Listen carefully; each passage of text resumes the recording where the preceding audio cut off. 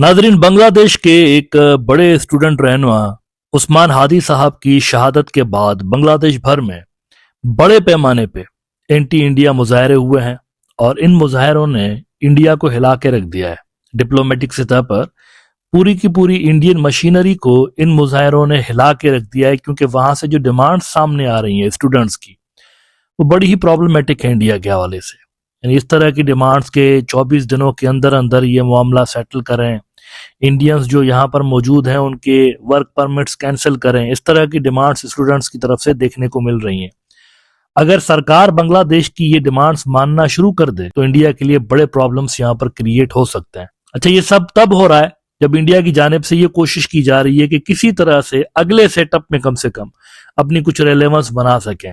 इस सेटअप में तो कुछ नहीं है ना उनके लिए, तो अगले सेटअप पे नजर है उनकी। इलेक्शन के बाद जो वहां पर अगला सेटअप बनेगा उसमें कुछ हमारी रेलेवेंस होनी चाहिए। इसी हवाले से हमने देखा जयशंकर यहाँ पहुंचे बांग्लादेश के अंदर, और खालिदा जिया साहिबा की जो तदफीन के मराहल थे उसमें उन्होंने शिरकत की, और उन्होंने बीएनपी के जो रहनुमा हैं उनके साथ भी मुलाकातें की। तो एक सॉफ्ट सिग्नल इंडिया की तरफ से गया है। ये तमाम जो चीजें हैं इस तरफ इशारा कर रही हैं कि इंडिया कोई जगह अपनी बनाने की कोशिश कर रहा है अगले सेटअप में, और थोड़ा सा उन्होंने अपनी टोन डिप्लोमेटिक सतह पर डाउन की हुई है ना। ऐसे में एक वीडियो सर्कुलेट हुआ बांग्लादेश के अंदर सोशल मीडिया पे। यह वीडियो था उस शख्स का जिसके हवाले से कहा यह जा रहा था बांग्लादेश के अंदर कि ये उस्मान हादी का कातिल है, फैसल करीम मसूद। बांग्लादेश पुलिस ने भी काफी बेहतर तरीके से तफ्तीश की और इन्वेस्टिगेशन के बाद उन्होंने कहा कि ये जो बंदा है इंडिया भाग गया है, और ये मेघालय के जरिए इंडिया भागा है। बांग्लादेश की पुलिस ने इस बात को कंफर्म किया ना। इसके बाद इंडिया के ऊपर मजीद प्रेशर आया कि ये क्या चक्कर है कि हर क्रिमिनल भाग के बांग्लादेश का उधर जाके पनाह ले रहा है। तो इसके चलते फिर इंडिया की तरफ से फौरी तौर पर डिनायल आया बीएसएफ का भी और उनकी जो मेघालय पुलिस है उनका भी कि नहीं, ये बंदा हमारी तरफ नहीं है। कि ऐसे में फैसल करीम का अपना वीडियो सर्कुलेट हुआ, मंजर आम पे आया, और इसमें उन्होंने काफी इंटरेस्टिंग बात की है। फैसल करीम कहता है कि मैं तो दुबई में बैठा हुआ हूं, इंडिया में तो हो ही नहीं। ये जो आप अपनी स्क्रीन पर वीडियो देख रहे हैं, आप जाके ये देख लीजिएगा, सोशल मीडिया पे हर जगह ये है। मैं यहाँ पर शेयर नहीं करना चाहता वीडियो इसका, आप देख लीजिएगा जो भी इसमें बातें इसने की हुई हैं, लेकिन ये उसका वीडियो रिलीज हुआ है। और फिर साथ साथ उसका ये दुबई का ये देखिए वीजा भी एक मंजर आम पे आया है। इसमें अगर आप देखें तो 15 दिसंबर 2022 का ये वीजा इशूड है, यानी उस वक्त हसीना की गवर्नमेंट थी बांग्लादेश में, उन दिनों में ये वीजा इसको इशू किया गया। तो वो कहता है मेरे पास तो ये वीजा है, मैं तो जॉब करता हूं, तो मैं तो भाग गया वहां से, तो मुझे तो नहीं था, यानी मैं नहीं हूं इसके अंदर इन्वॉल्व नहीं हूं, ये जमात इस्लामी ने किया है, ये इसने किया है, ये उसने किया है, ये इसने किया है। इस तरह की बातें वो करता हुआ नजर आया। अब इस पे इंडियन मीडिया ने जनाब क्या खूब उन्होंने जबरदस्त नाच नाच के घुंघरू तोड़ डाले। ये देखो ये देखो ये देखो, बांग्लादेशी कह रहे थे कि ये तो इंडिया में लौंडा पहुंचा हुआ है, लेकिन ये दुबई में है, दुबई में है, हमारी तरफ नहीं है। और साथ साथ इनके जो पेड जर्नलिस्ट हैं वो भी लगे हुए हैं कि देखो देखो बांग्लादेश की पुलिस तो झूठ बोल रही थी। न्यूज 18 ने रिपोर्ट किया है कि accused in Usman Hadi murder says he is in Dubai, denies role in killing. In his statement, Faisal Karim Masood said his connection with Hadi was purely for business purposes and suggested that Jamaati elements could have orchestrated the murder. Bangladesh's most wanted man and the prime accused in the Usman Hadi murder case, whose sections of Bangladeshi media had alleged fled to India, has in fact surfaced in Dubai, dramatically shifting the narrative around one of the country's most politically sensitive killings. अब दो बातें हैं यहाँ पे। पहली बात तो ये, इसने इल्जाम लगा दिया जमात इस्लामी के ऊपर। तो जमात इस्लामी से किसको बैर है, कौन दुश्मन है सबसे बड़ा जमात इस्लामी का? इंडिया, अवामी लीग के बाद इंडिया। ये बंदा खुद भी अवामी लीग से एफिलिएटेड रहा है ना, तो इनके अलावा इंडिया उनका दुश्मन है जमातियों का। तो असल में ये वही लोग जमात का नाम ले रहे हैं बेसिकली, जो कि खुद आरोपी हैं।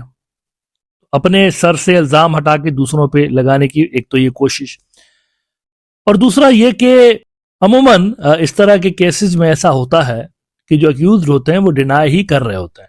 बहुत कम ऐसा होता है कि जिस पे इल्जाम हो वो कहे कि हाँ हाँ ये मैंने ही किया, ऐसा बहुत कम होता है। ये नॉर्मल बात है कि जिन पे इल्जाम होता है वो डिनाई करते हैं, फिर वो कोर्ट में केस चलता है, जजेस और वकील इसी काम के लिए होते हैं।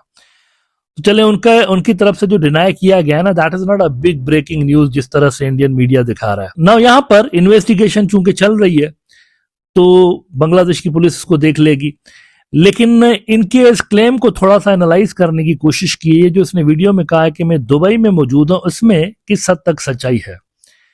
देखें, दुबई में अगर ये गया होगा तो जाहिर सी बात है बांग्लादेश की इमिग्रेशन से इसको होके जाना था ना। वो जो एयरपोर्ट पे काउंटर्स होते हैं उस पर स्टैंप लगता है पासपोर्ट के ऊपर, वीजा देखा जाता है, सिस्टम में एंट्री होती है, ये तमाम चीजें होती हैं। तो ये बंदा अगर बांग्लादेश के रास्ते से दुबई गया होता तो यकीनी तौर पर बांग्लादेशी अथॉरिटीज को पता होता, तो वो ये ना कहते कि ये इंडिया के रास्ते से गया है।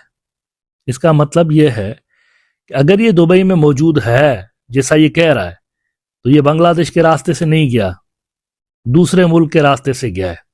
यहां से निकला है बांग्लादेश से, दूसरे मुल्क पहुंचा है, वहां से फिर ये दुबई गया है। अगर इसका ये क्लेम दुरुस्त है तो दुरुस्त है इसलिए कह रहा हूं क्योंकि ये टैक्टिक भी हो सकती है कंफ्यूज करने की। आप किसी और मुल्क में बैठे हो, आप बोलें कि नहीं मैं यहां पर नहीं, मैं यहां पे हूं।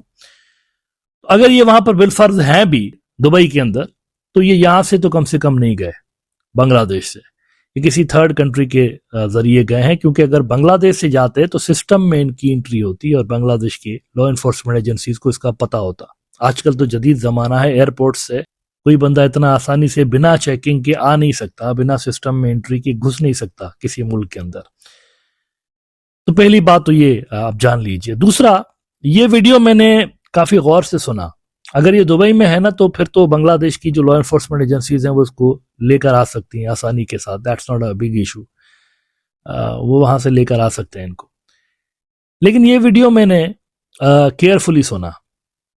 अगर आप ये वीडियो देखें ना तो मुसलसल आपको इस वीडियो के बैकग्राउंड में 2 वीडियोस शायद इसने जारी किए हैं बैक टू बैक। उन दोनों वीडियोस में एक चीज आपको इंटरेस्टिंग नजर आएगी जो कि मैंने नोटिस की।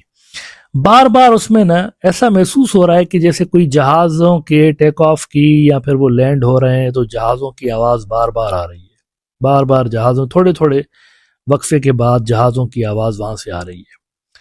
और इसके साथ साथ फिर वो भोंपू जो हैं वो भी बज रहे हैं, वो जो गाड़ियों के हॉर्न होते हैं। तो दुबई में ना ये बड़ा अनयूजुअल होता है। दुबई में इस तरह मतलब हॉर्न बार बार मारना जो है ना वो फाइन भी है उसके ऊपर। ये अनयूजुअल है, दुबई में इस तरह की चीजें वैसे नॉर्मली होती नहीं है। अगर आप में से कोई बंदा ये प्रोग्राम दुबई से देख रहा हो, उनको पता होगा कि इस तरह हॉर्न जैसे हमारे साउथ एशिया में होता है ना, इस तरह की चीजें वहां नहीं होती। और दूसरा ये कि दुबई का जो एयरपोर्ट है आबादी से थोड़ा सा दूर है, नहीं अबू हैल के इलाके और ये तमाम जो है ये मेरे ख्याल से एयरपोर्ट के करीब लगते हैं।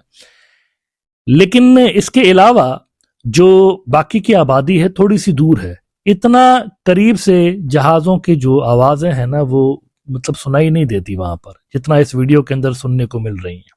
तो इट इज वेरी अनलाइकली कि ये बंदा वहां पर मौजूद है जैसा कि ये कह रहा है। ये बहुत अनलाइकली, मुझे मेरा जाती एक ओपिनियन है कि ये वहां पर नहीं होगा। अगर आप में से कोई बंदा दुबई गया, उनको इल्म होगा कि एयरपोर्ट जो है इतना करीब नहीं होता घरों से कि वो जहाजों की इतना क्लियर आवाजें जो है ना सुनने को मिल रही हो, थोड़े से दूर होते हैं वहां पर। अच्छा, तो अब सवाल ये पैदा हो रहा है कि अगर वहां पर नहीं है तो कहाँ है, किधर है। 2 बातें मैंने आपको बता दी, एयरपोर्ट का डिस्टेंस और जो हॉर्न है वो 2 चीजें यूं लग रहा है कि दुबई की नहीं है, कहीं और की है। तो कहाँ की है तो एयरपोर्ट के पास कोई जगह, इसमें तो मोस्ट प्रोबेबली ऐसा ही महसूस हो रहा है वीडियो को देख के। इसके लिए मैं चाहता हूं कि द प्रिंट की आप ये खबर देखिए। मैं ये अंदाजा लगा रहा हूँ, लॉ इन्फोर्समेंट एजेंसीज जो हैं वो देखेंगे कि क्या है, किधर है बंदा, तो क्या है वो देखेंगे उसको। लेकिन हम एक अंदाजा लगा सकते हैं कि अगर बांग्लादेश की लॉ इन्फोर्समेंट एजेंसीज कह रही हैं कि ये बंदा इंडिया में मौजूद है, उन्होंने ऐसा कहा ना इंडिया में मौजूद है, और फिर जहाजों की भी आवाज आ रही है जो कि पैनिक में गालिबन सर्कुलेट करवाया गया है, क्योंकि जैसे कि मैंने कहा बहुत ज्यादा प्रेशर स्टूडेंट्स जो है उन्होंने क्रिएट कर दिया था ऑलरेडी अपने मुजाहरों के जरिए। तो उसके रिस्पॉन्स में गालिबन ये एक पैनिक एक्शन नजर आ रहा है, वीडियो सरफेस करवाना कि मैं इधर नहीं इधर हूं। द प्रिंट की खबर देखिए, what top Awami League leaders are doing in Kolkata, pilots, hair transplant, online meetings. The Awami League leaders who are in India have mostly settled in Kolkata's new town. Broad roads and affordable rent make it the ideal residential hub for them. अब आप सोच रहे होंगे मैं आपको ये क्यों दिखा रहा हूं। मैं अभी आता हूं थोड़ी देर में। ये जो एयरपोर्ट का बार बार आ रहा है ना, एयरपोर्ट जहाज आ रहा है जा रहा है, इस पे मुझे एक चीज याद आ गई। पुराना आर्टिकल है, अगस्त में इन्होंने पब्लिश किया था, 19 अगस्त 2025 को। इसमें भी अवामी लीग के ठिकानों के पास किसी एयरपोर्ट का जिक्र है असल में। अगर आप देखें द प्रिंट की इसी स्टोरी में उन्होंने लिखा है, those who are in India have mostly settled in New Town, यानी जो गढ़ है, गढ़ हब जिसे कहते हैं, सेंटर अवामी लीग के लोगों का वो न्यू टाउन है, जो कि इंडिया चले गए हुए हैं, वो ज्यादातर इधर ही रहते हैं। A fast growing planned satellite city on the outskirts of Kolkata, बाहर है शहर से लेकिन तेजी के साथ बढ़ रहा है। ब्रॉड रोड्स, बड़े बड़े इसके अंदर रोड हैं। Easy availability of affordable apartments for rent, shopping malls, fitness centres and close proximity to the Netaji Subhash Chandra Bose international airport have made the New Town the ideal residential hub for them. बस इसके आगे मैं कुछ कहना नहीं चाहता हूं। एयरपोर्ट वहां पर बार बार सुनने को मिल रही थी। बांग्लादेश की जो अथॉरिटीज हैं वो कह रहे हैं इंडिया भाग गया है। इंडिया भागने के बाद इसका वीडियो सर्कुलेट हुआ है, वीडियो के अंदर जहाजों की आवाजें सुनाई दे रही हैं। इंडियन मीडिया कह रहा है ज्यादातर अवामी लीग के लोग यहाँ पर ही रहते हैं और वहां पर एक एयरपोर्ट भी है। तो इस एंगल से मुमकिन है कि जो इन्वेस्टिगेटर्स हैं वो सोचेंगे बांग्लादेश के अंदर। बाकी देखते हैं क्या उनकी फाइंडिंग्स आती हैं। लेकिन ये इंटरेस्टिंग एक चीज हुई है कि बंदा जो है ना सरफेस होके कह रहा है कि देखो देखो देखो उधर किधर देख रहे हो, मैं तो इधर हूं दुबई के अंदर। अब अगर किसी ने कोई कांड किया और पुलिस को ढूंढ रही हो तो जनरली वो अपना पता नहीं बताता कि देखो मैं तो इधर बैठा हुआ हूं। यू नो, एक जरा आप लॉजिकली सोचें, अगर किसी क्रिमिनल को पता हो पुलिस मुझे ढूंढ रही है और वो भागा हुआ हो और उसको पता हो मैं वापस जाऊंगा तो फिर जबरदस्त कर देंगे मुझे, तो वो क्यों बताएगा कि मैं किधर हूं। लिहाजा कई सारे झोल हैं इसके अंदर। ये जो स्टेटमेंट सामने आई है ये ऐसी है नहीं जैसी बताई जा रही है, इसके अंदर कुछ झोल है। और देखते हैं बांग्लादेश के जो इन्वेस्टिगेटर्स हैं, they are one of the best in the business. देखते हैं कि वो क्या इस पटारी से क्या जिन निकालते हैं। उनके सामने एक चैलेंज है, लेट्स सी कि वो इसको किस तरह से टैकल करते हैं।